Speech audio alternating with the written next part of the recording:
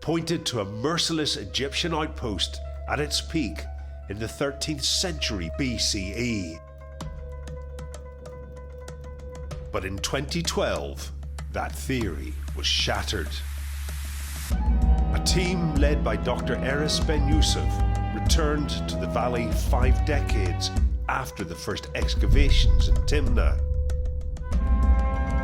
and began to rewrite the history of these so-called Egyptian mines.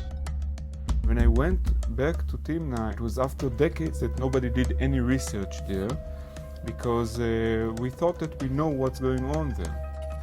Ben-Youssef decided to look at something on Slaves Hill that had never been investigated before, the byproduct of the mining operations. And the carbon dating of this material reveals something shocking. We were amazed when the results came back. There is not a single date from the Egyptian period.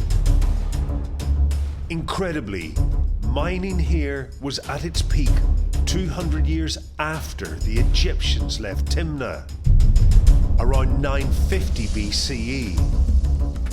It was a date that captured the archaeologists' imagination.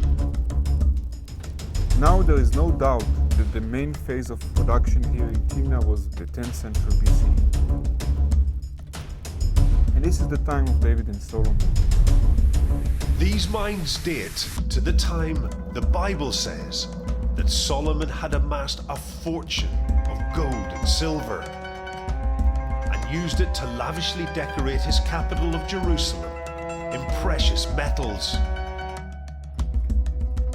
Solomon overlaid the house with pure gold, and he made a partition by the chains of gold before the oracle, and he overlaid it with gold.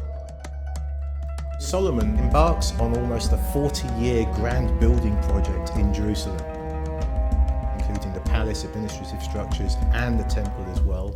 And in doing so, all the wealth of the nation is centered on him.